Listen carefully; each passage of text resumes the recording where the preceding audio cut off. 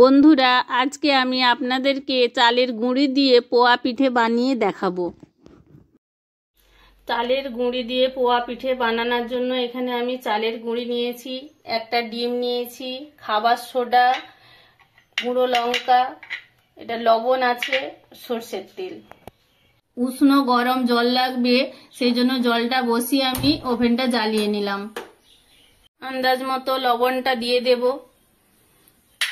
লঙ্কা গুঁড়োটা দিয়ে দেব এবং খাবার সোডাটাও দিয়ে দেব। আমি একটা ডিম দিলাম, আপনারা চাইলে দুটো ডিমও দিতে পারেন।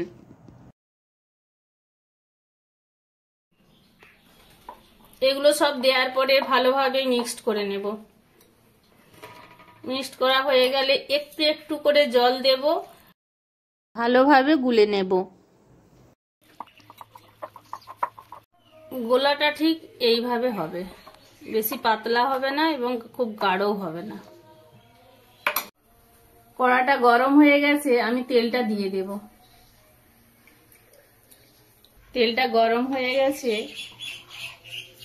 আমি গোলাটা দিয়ে দেব।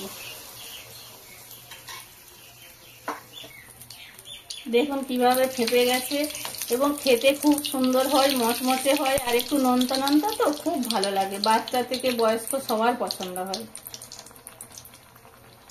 এটা আপনারা চায়ের সঙ্গে খেতে পারেন।